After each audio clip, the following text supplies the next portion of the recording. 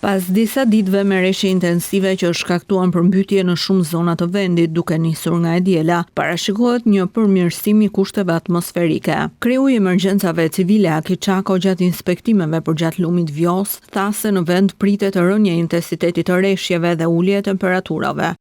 Prej ditës nesërme ose më saktë nga darka e datës 22 bien konsiderueshëm temperaturat, çka parashikohet sipas informacioneve të sinoptikanëve rreshje dëbore në zonat malore dhe ulja e temperaturave sjell edhe rezultat reduktimin e rreshjeve intensive në zonat bregdetare apo dhe ato kodrinore. Pas kalimit të kësaj faze, ndërhyrjet e emergjencave do të përqendrohen kryesisht në riparimin e argjinaturave, por edhe në vlerësimin e dëmeve.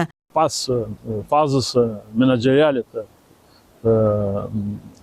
gjendjes së emergjencës, do të fillojmë njëherë me rehabilitimin, megjithëse e kemi filluar në Sarand, në Lezhë dhe në shumë vende të tjera ku ka pasur nevojë, ka pas dëmtime të